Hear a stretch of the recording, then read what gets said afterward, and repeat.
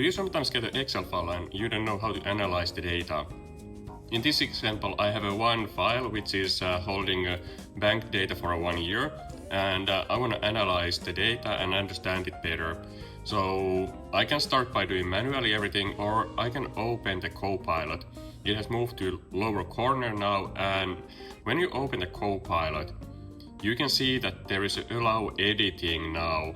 And when you ask something, it allows you to edit the Excel file.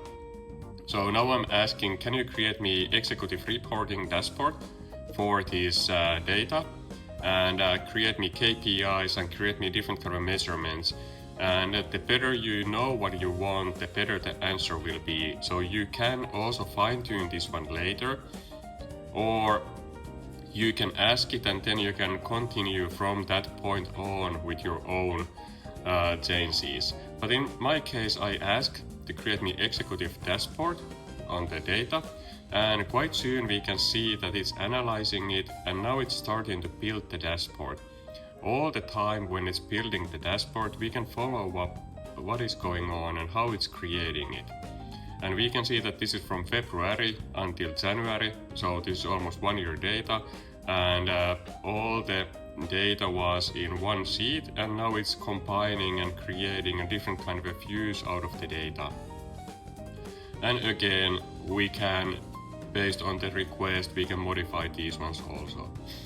Or you can just create a simple analysis on the data. So depending on your need, you can ask, and the Excel now creates you everything. And for this you need the paid Copilot license, M365 Copilot license, which is good to have, so you get all these automatically done for you. We can now review the data, and now it's doing the final steps already on the analysis on the dashboard. But at least for me, it looks already a lot easier to read it.